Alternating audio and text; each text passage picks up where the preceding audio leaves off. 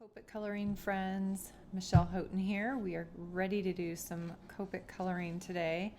I am featuring another set of artwork from Ann Corbiere. It's a little French sounding, I discovered. Thank you, Ann, for correcting me. I don't know if I'm pronouncing it right yet, but Ann Corbiere-Scott Designs. Ann creates these beautiful pages. And what I think you guys will like about it, if you are a little bit digital art challenged, is she does the work for you. So I'm having a hard time getting the whole 8.5 by 11 on here, but this is an 8.5 by 11 sheet. All I had to do was open the file and hit print. She has them all organized. We have a slimline card front. We have a standard kind of half sheet card front, or half, full and half card front, A2 or whatever it's called. We have a little add-on cutout fussy cut piece. We also have sentiment strips at the bottom, but they're all ready to go. I don't have to resize. I don't have to put them on a page together. They're just ready. So I am going to cut these apart because that way I don't have to maneuver my camera around a bunch of times, and we will get coloring. I think today I am going to color the slim line because the last time I did a little coloring, I did one of the little fussy cut add-on pieces. I'm feeling like I need to do the slim line today. I love these little acorns. And this particular image, she has them all named with names of friends, which I also love. I think that's fabulous. So this particular image is Patricia. So that is a friend of Ann's, and she did this in her honor. So we've got this little guy. What I'm going to do is I'm going to scoot over and I'm going to zoom in here, and I'll talk a little bit as I'm going through this, and then I might show you the rest over here, but I might do a little faster. I think that will work pretty well if you guys are okay with that. All right. And I'll probably go ahead and fill in a little background too, because we got the time. All right. I am thinking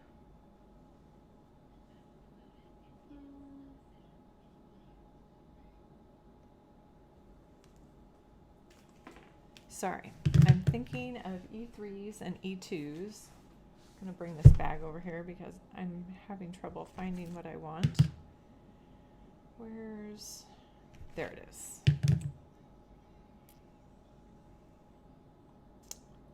My markers are hiding for me today. Obviously they don't want to play. Okay. But I also know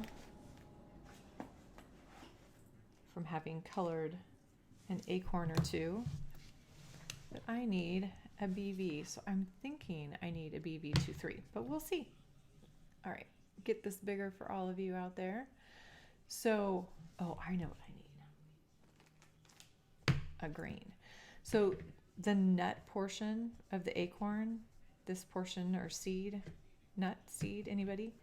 I'm sure I'll get it in the comment section. We're going to color this one group, and then we'll do the cap, a different group, and then we'll figure out what we want to do. I'm thinking orange, maybe, kind of fall, bright, cheery. But one of the things you'll see on acorns is they will have kind of a green tint out on the tip sometimes. So we're going to do a G20, and I'm going to flick a light coat of that. So broad strokes, very feathered at the end. Remember, if you back those fingers up on your marker, you can lay that marker on its side a little bit better and get that broader stroke so it's not these little fine flicks.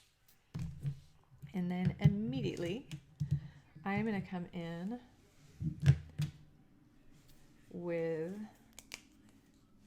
do I want that color? It's pretty dark. Changing my mind as we go here. I'm thinking E50, and I'm literally going to go over that entire thing. So fill her in. So I am starting at the cap and flicking down into that green. And I go all the way down, but it gets a little lighter. There's not as much ink down there. then I'm going to grab E21. And again, I'm going to start from the cap. And see how Ann has hinted at these little textures and hatch marks? We're going to enforce that. We're going to add to that a bit. And we're going to come around those edges, kind of curve that in a little bit. All right. A little bit longer down the one side. And forcing that shape a little bit. And then I'm going to add one more color, lesser amounts. These poor E2s need to be cleaned, sorry. Right up at the cap, down a little bit further on this right hand side, where Ann has hinted that it might be a little darker. Come over to the left. And then up through the center, we're not going to have many of them. And it's going to stay pretty tight to the cap. Yeah, pretty happy with that. Now you can soften that. I would jump back to E21, a little bit broader flick, starting from the base, working out. And I can also step back to that E. I'm going to bring this up a little bit from the bottom too. And then E50, lighten those edges. There we go. Pretty happy with that. There we go. So there's my little acorn. I like kind of the texture. You could blend that completely smooth. So in order to do that, you're just going to do more work as you go backwards through your numbers. But I like the texture. So next, that little cap, E31, fill it in. This guy got cleaned. He's a happy marker. Cleaned and filled. We're using E31 a ton in Copic College this year, and so this little guy has gotten used and abused, but he got cleaned up and refilled, and yeah, he's like working spectacular now. So E33 is next. So I know this is kind of a cylinder a little bit, so we're going to bring in a little bit of this color from the sides. But I also know that it tucks in against the acorn, so we're going to bring a little bit up from that bottom edge as well. So this right now is more about shape than anything. And then with the E35, I'm going to reinforce this texture that Ann has given us on the cap.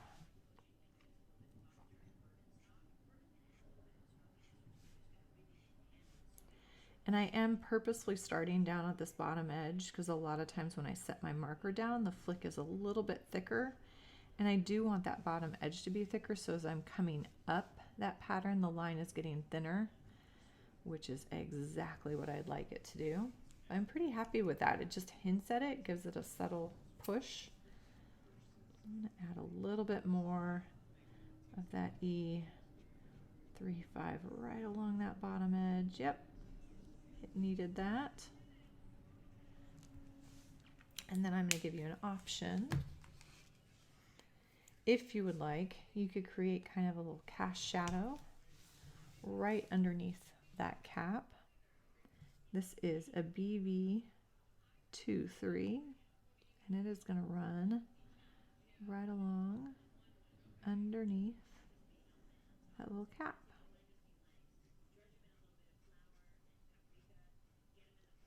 There we go. Just to give that little cast shadow. So there's an acorn. I'll keep these colors out that I used. I can put some away because I did not use them all. I changed my mind. What did I use? That and that. Okay. Then I get to choose some leaf colors. Yay, yay. I'm thinking maybe something of this nature. We'll see how dark it gets. I'm not sure yet. I'm going to test these out on the side over here just to see if this is what I really want. So I'm thinking kind of orange, but I'm going to start with a Y35. And this is, love this color, YR24. For fall, it works. And then this is an E93. I'm really liking that. So it doesn't go very orange.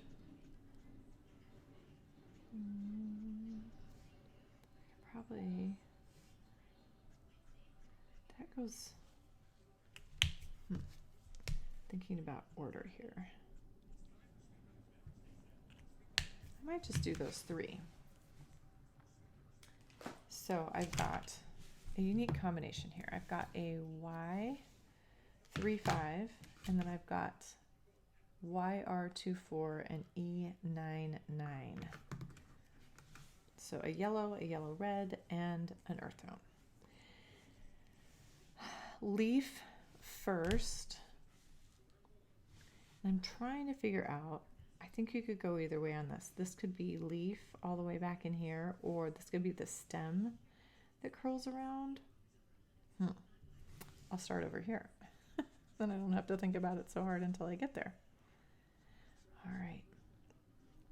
One of the things I do like about Ann's sketches is she leaves her sketch marks on her stamps, and so you have these double lines on the outlines a lot of times, which to me gives me a little bit of freedom that if I accidentally go outside of a line, it keeps that feel of that kind of loose, sketchy feel. So I give myself the okay just to kind of relax at the edges. I'm not trying to make a mess, but if I go outside one, I am not going to worry about it. Thank you, Ann. Come over here. So then I have to make a decision. Oh, let's see. I'm definitely going to come up against this way. See, I don't have to make a decision quite yet.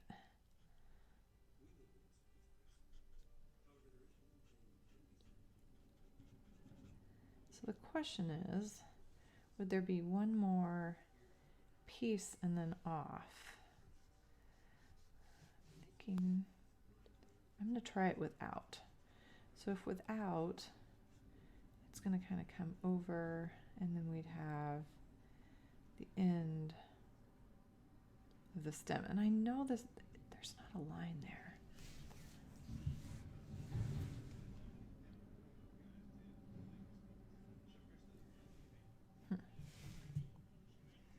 I'm thinking that just needs to be filled in. I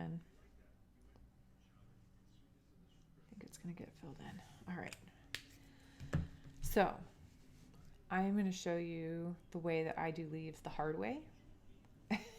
You can decide if you want to do them that way or keep it easy. I sometimes try to leave the veins looking lighter, even though there's a hard line there. So what I'm going to do is with my next color, I'm going to pick a side, and I'm going to say everything to the bottom of the long vein, and then kind of the bottom edge of each of these branches is going to be where the vein is actually sitting. So I'm going to come in and actually draw a small line below and kind of flick out from that. And see, then I can come up against these because that's the back, and then I would leave a little space, come up against the next one, leave a little space, come up against this one, leave a little space, and all the way, look out for the acorn cap, and it's going to come down into there. Okay. So there's one direction. Can do the same thing on this guy. Down into there, flick out into that light area. I tend to leave the edges a little bit lighter as well.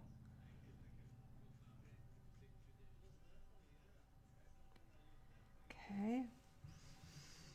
So then on the other side of that main center vein, the color will go right up against that and kind of flick out from there. Okay, there's the top edge, so it goes right up against it and flicks out. But then here I'm on the underside again, so I gotta leave that light vein work. So it's definitely a thinking process, and it takes some time. I just have to patiently kind of work my way through an image. I can't just go really fast.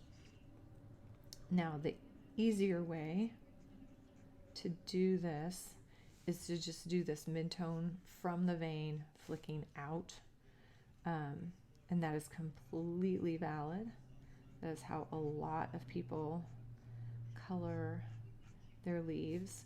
Most of the time when I do this particular effect of leaving the vein work lighter, it's when I am coloring a no line image. It's a little more striking, but I wanted to show you guys, and this time you can see it kind of happening. So here's the deal.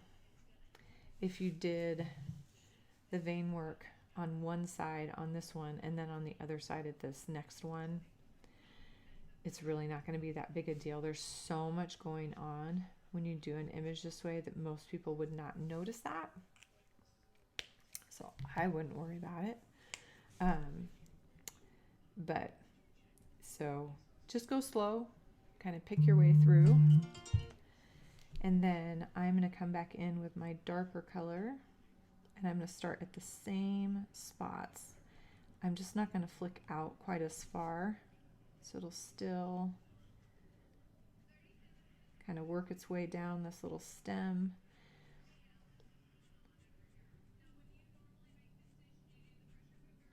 Okay. And then on the other side of the leaf, I'm going to turn this, guys. Turn this way. So from the other side of the leaf, I'm going to go right from the vein and flick out. Won't go as far. There we go. From the vein out, not as far. The vein out. On this side, we're starting from underneath that vein and to the right, not going as far, not going as far.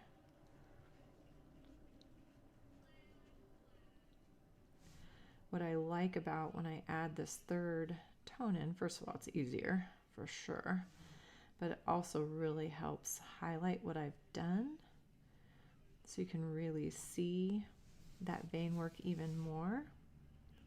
So coming down the second side here, leaving that little gap, and then flicking out just a little bit.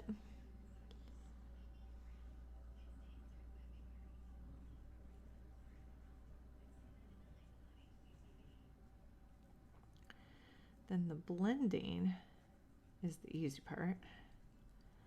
That part, you're just softening the edges in between the colors, so that part does not take long at all.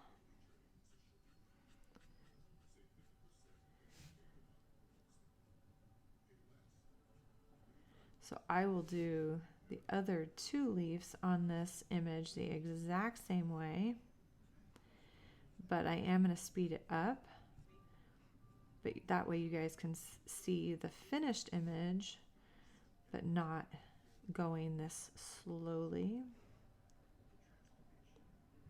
I know it's nice to have a few videos that are done in real time, but I also don't want you guys to fall asleep on me. Thinking that's probably going to get pretty dark sitting behind the acorns, so let's do that. Okay, and I think before I blend this together, I'm going to actually come in with a BV25 and right behind that acorn.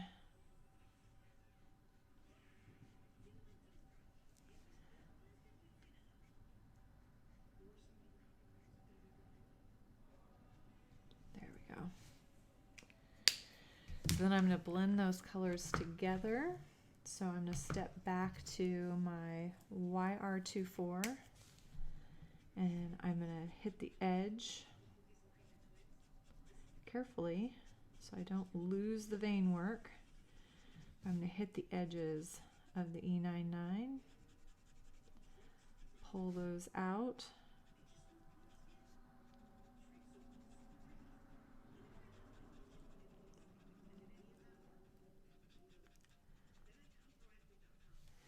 and working my way down the length. What I like, I've used these colors before, and what I do like about this particular group is even though they're coming from 3 different color families, they actually blend really, really well together. They make it really easy. So even though I've worked pretty slowly, kind of all the way around the leaf, I'm coming back and that E99 is just melting as I hit it with the YR24. So it makes it super nice. And we are going to come back as well with the Y35.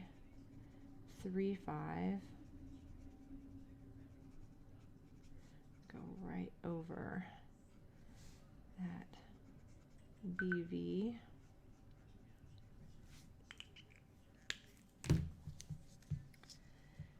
Then I'm going to hit it with the Y, and I am going to go not only around the edges to soften where it turns into, but I'm going to go on the vein work as well, and that's going to do a couple things. It's going to darken them so they're not quite as glaring, but it's also going to soften that color that's bumping up against it, just make that edge a little fuzzy. And I just find that that is much more effective. Work my way all the way around the edge. Make sure to hit that center vein really good. But you can see how that deepens that color on each of those veins. One more. I don't know that there we go. That looks like it needed that.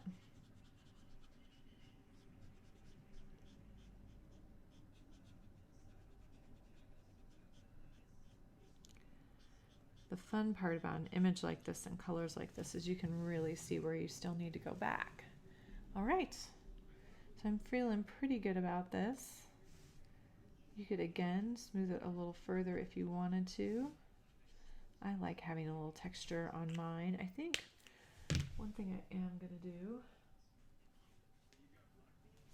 I'm going to grab an E25, and where Ann has done these dots, I am going to come in and add a few more. And I'm going to go a little bit beyond what she has done. So I'm going little dots into those areas, but then I'm also going a little bit further with them. A lot of leaves have that little kind of texture on them, and I think it's fun when an artist gives us those clues to really help the viewer see them for what they could be. and I just think it's a fun addition, really adds. And the E25 on top of this really is a pretty rich brown on top of that as well. And mine is about to spit up, but I caught it. Please don't spit up, Mr. E25. So I've pulled the other cap up. It was getting really shiny and it looked like my dots were getting bigger. And they did. In here they got a little bigger, but that's okay. As long as it doesn't just completely spit up on my page, I think we're good. And down into here. And then if you wanted,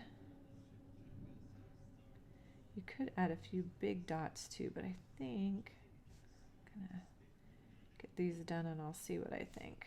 All these fun little spots. Keep finding them. And you could use a darker color. That E27 would really punch that in. I don't know that I need bigger dots. Remember with your Copic, because we've got that nice soft brush nib, you could do kind of bigger dots, just pressing a little bit gently and get some bigger dots in there too. But I feel like that might overwhelm the image a little bit. I just like adding that little bit of texture with the small ones and pushing that a little further. Yeah, excellent. So I am going to shift to the other end of my little paper here, and we'll get this guy in high speed, and then I'll pick something for the background. And if I'm just filling it in, I'm going to leave it in high speed. If I decide to do something else with it, I will slow it down and tell you about it. All right, here we go.